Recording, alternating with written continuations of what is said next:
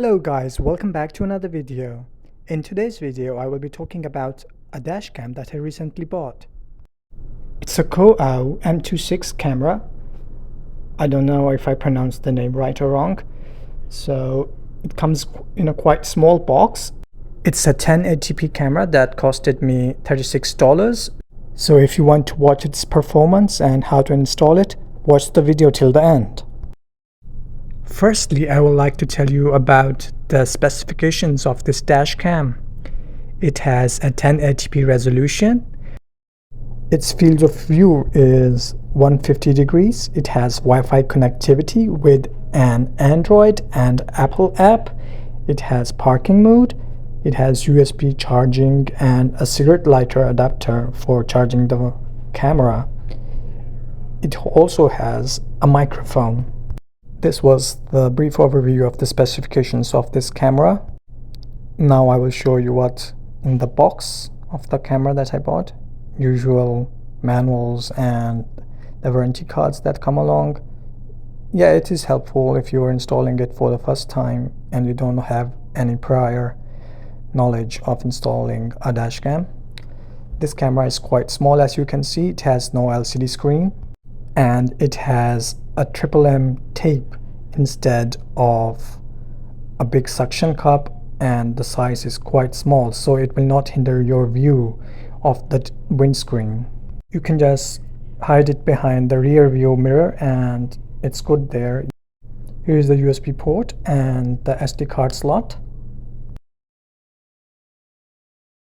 In addition to the camera, we have a cable in the box. It is a USB type cable, and we have a cigarette lighter adapter for charging the USB cable. Actually, ahead in the video I will tell you how I am using this camera and how I charge it. It also comes with extra M tapes, and this is another adhesive sticker that you have to apply onto the windscreen. This is everything that came with the box: the charger, a cable, several M stickers, and that's it. I will be using a 128GB SD card for this dashcam.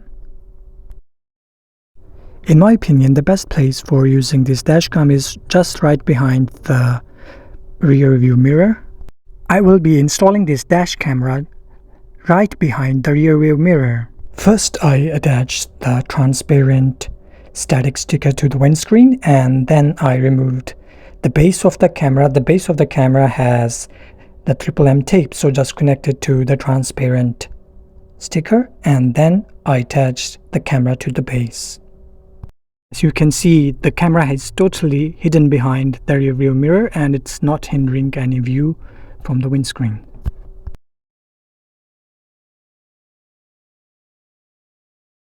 I will just take the wire behind the sun visor and I will just route it over the door above this handle, and then I will take it along the pillar to the bottom of the seat and just place it under the mats or the seat, and in this way it will just reach the center console.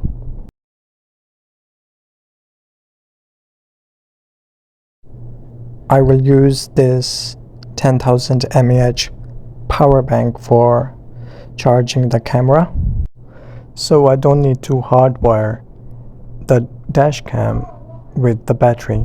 So I will just place it inside the center console and attach the USB of the camera, and whenever I need to charge it, I can just charge it with the cigarette lighter charging adapter.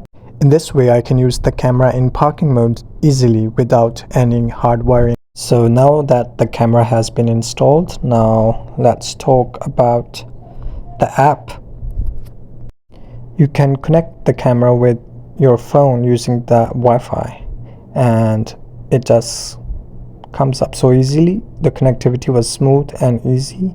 You can see the recorded clips. You can set various settings on the app, and you can set the resolution. You can choose whether you want to do it in parking mode or motion detection sensitivity. It was pretty much easy, and the app is simple, yet it's very smooth and it didn't have any glitches, so I like this about it very much. Now let's talk about the video quality. The video quality is okay in comparison to the price of the camera, which is just $36, and you can easily read the number plates of the cars.